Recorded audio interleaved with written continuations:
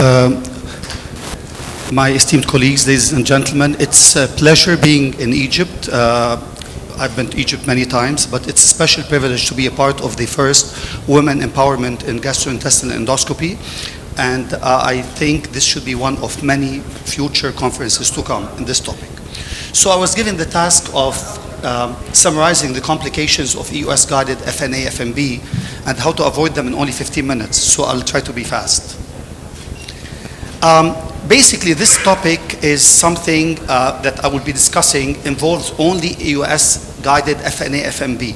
So the needle type of procedure, not the therapeutic EUS procedures, which is a completely different topic. So I'll be discussing FNA, FNB, general complications, some special needle procedures. I'm going to avoid needle procedures that will involve injection, because again, this is a different type set of adverse effects. And of course, preventions and conclusions. We all know what endoscopic ultrasound is. It is basically looking outside the lumen to look to provide electronic dissection of certain GI organs, and this is important to determine malignancy staging. We all know that. And of course, it's important because staging determines prognosis, and therapeutic strategies are all stage dependent. With the emergence of newer tools such as the mini probe, we were able to look at into smaller lumens, get high resolution, and this is, for example, a very safe and fast underutilized procedure. I'm not going to be discussing this today. I will be discussing the FNA, FNB using the special linear probes that all of us are using now.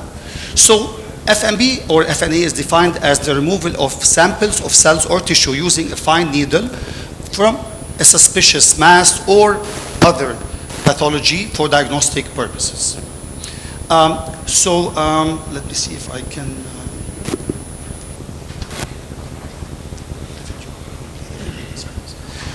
So again, this is, all of you have done this, or most of you have done that. This is a pancreatic head mass that is being biopsied. On the left side, this is a small lymph node that is being biopsied.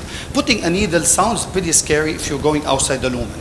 But if it's done safely for the right indication, I assure you it will be very safe. This is a sample of the different designs of biopsy needles that we use. They are different shapes, different designs. They procure tissue in different ways. And we use them because many times we need immunohistochemistry, we need tissue for diagnostic purposes, and to determine, in many cases, prognosis. We also use this for cystic lesions of the pancreas, especially to determine if this is a premalignant lesion or no. And we can do various fluid analysis of the content of the cyst to determine if what kind or what the nature of the cyst is. Now the evolving field is endohepatology, and we can do, of course, a liver-guided, EUS-guided liver biopsy, which has been shown to be very effective and fairly safe, and the new portal pressure gradient, which is another technique of accessing the portal system and the hepatic veins to determine what is the gradient, and which would help our hepatology colleagues. In this case, you can see that we can go again with the needle. It sounds, again, pretty scary initially to access the left hepatic vein and the portal veins, and we can measure the pressure, and then we can determine the difference and what is the portal pressure gradient. All of this involve putting a needle inside the liver, again, for diagnostic purposes or for measure purposes. What I'm not going to be discussing is things that are different in terms of needles, like CPN, celiac plexus neurolysis, coil and glue embolization of varices, fiducial insertions, RFA, and various fine needle injections. These have a different set of adverse effect that I will not be discussing.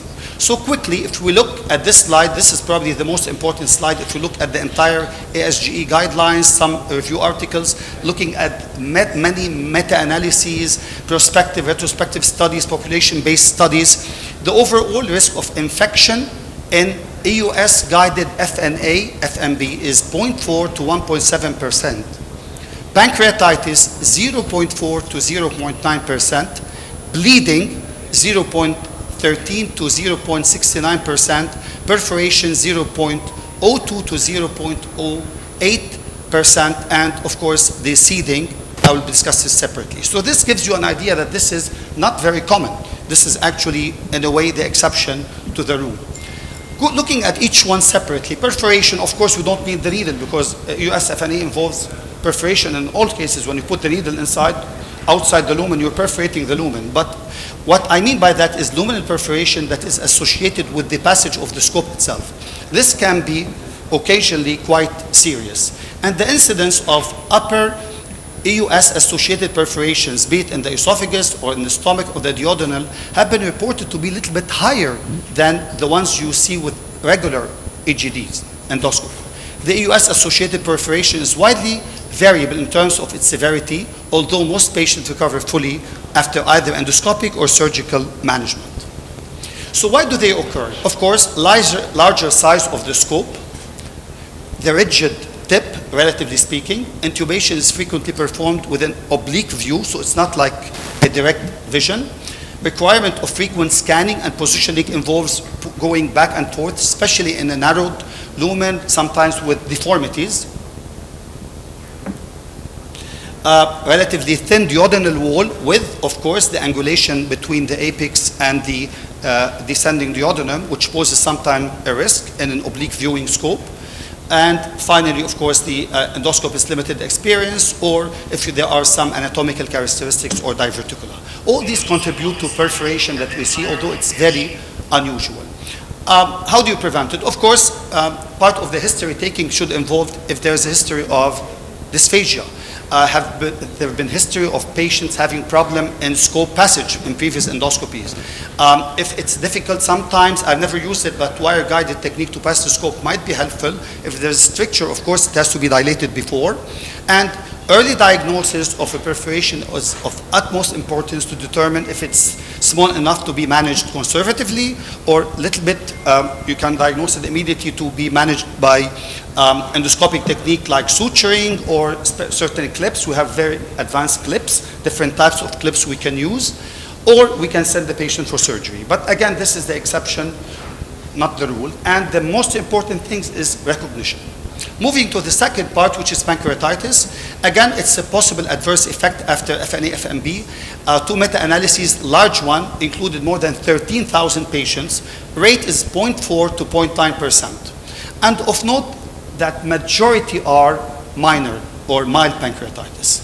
Risk factors include uncinate process lesion. The reason being you have to go through sometimes the normal pancreatic parenchyma to reach the lesion, so it can cause pancreatitis. History of recent pancreatitis and placement of fiducials, which again I'm not going to be discussing today.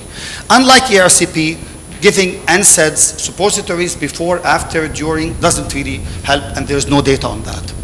How is it prevented? Well, try as much as you can to use the shortest distance to reach the lesion without traversing normal pancreatic tissue, without hitting, hopefully, main or side branch pancreatic duct as much as it can be done. And again, the issue would be early diagnosis and management. Infection is a more important thing as an adverse effect to EUS guided FNB. Incidental bacteremia happens quite frequently, but it doesn't have any clinical sequelae. Although the microbiological environment of the lower GI tract is distinct, you could think it would be more than the upper, but again, rates of bacteremia do not differ in upper EUS or lower EUS. Sampling of mediastinal cysts has been associated with infection, including mediastinitis, which can be quite serious. And both endoscopists and patient need to be aware of this side effect. Again, when you do have this, antibiotic prophylaxis is warranted when there is a mediastinal cystic lesion.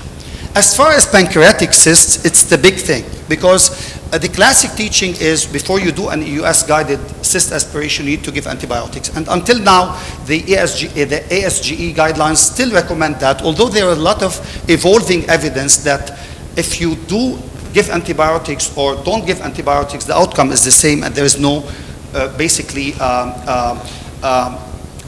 benefit of antibiotics in this case. So given the lack of large prospective studies, still the guidelines have not changed, although you can run across many articles like this recent one a couple of years ago showing that the incidence of infection after EUS FNA of pancreatic cystic lesions was negligible, and routine use of post-procedural antibiotics does not add any significant benefit. Bleeding is again rare, but it can be life-threatening.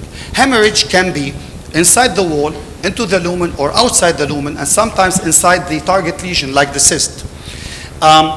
Clinically significant bleeding is rare and often self-limited. We always see it when we put a needle in the lumen, but the more important ones are less, thank God, they're less frequent. What can we do about it? There are some things we can do to decrease the risk. Number one, changing the size of the needle doesn't make a difference. Needle size does not matter. 19 gauge or 25 or 22, no difference in bleeding.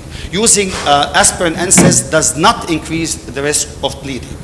The things that can work on, of course, to make sure a patient does not have coagulopathy, platelet count, INR, we have to discontinue low-dose heparin, oral anticoagulants, or antiplatelet agents such as clopidogrel or Plavix. Use of color Doppler is advised to be able to look at the vessel and try to avoid the vessel. Reduction of number of passes is also warranted to avoid pricking the lesion from different sites and increases the chance of bleeding. All of these are without strong evidence, but they're anecdotal. And extraluminal bleeding, some reports of just putting the balloon and doing the compression, if you can experience bleeding outside the lumen, which can show by EUS, but I don't have any particular experience with this. There is the blood patch technique, which I've used only once. It's basically when you're doing a liver biopsy, you can see the needle on the A part of the slide. There's a needle, and then you use the microflow Doppler, bluish, and you can see that there is a line of blood following the needle, which is usually common. But if you wait for a couple of minutes and you can still see this blood following the needle, it means that there is bleeding. And what you can do, you can expel a little bit of what you have taken, tissue and blood, maybe half of what's inside the needle, inside the liver, and the bleeding would stop. So this is the blood patch technique that has been described in GI endo recently, but we had anecdotal experience with this. Last important thing is needle tract seeding. We're putting this needle inside a tumor.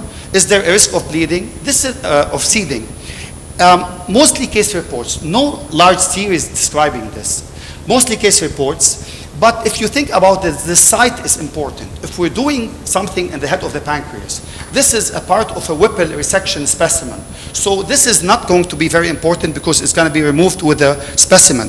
The same does not apply when you're doing it in the body and tail. So when you're doing it in the body and tail of the pancreas, if this is really resectable, or in other cases like cholangiocarcinoma, if the patient is resectable, we'll try to avoid doing this because there might be theoretically a chance of seeding, and this will change even the patient, especially in cholangio, from a potentially transplant candidate to a non-transplant candidate. Or it can cause seeding in a patient who was potentially resectable with a body of pancreas or tail of the pancreas lesion. How do you prevent it?